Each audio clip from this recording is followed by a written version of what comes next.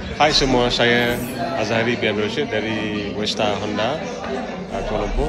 Okey, jujur nak cakap, sebelum join training TikTok content and live strategi ini, saya memang blur gila-gila bila nak buat live.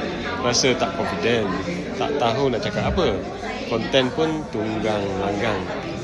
Tapi lepas belajar dengan Coach Kayo and P10X Academy, terus rasa, oh macam ni rupanya nak buat konten yang padu.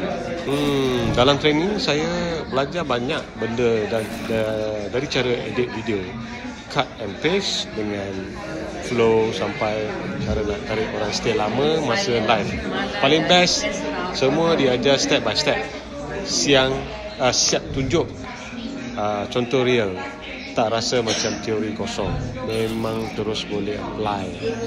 Dan saya nak cakap satu je, kalau korang memang nak grow kat TikTok, nak nampak lebih profesional tapi tetap fun, korang kena belajar dengan Coach Kayo. Cara dia ajar senang faham, tak pressure, siap bagi tips rahsia yang orang lain tak share. Memang berbala. So guys, kalau rasa stuck dengan konten atau takut nak live, this is your sign. Join training ni, confirm mindset and skill korang level up gila. Alright, tu je sharing saya. Semoga membantu. See you on the next live.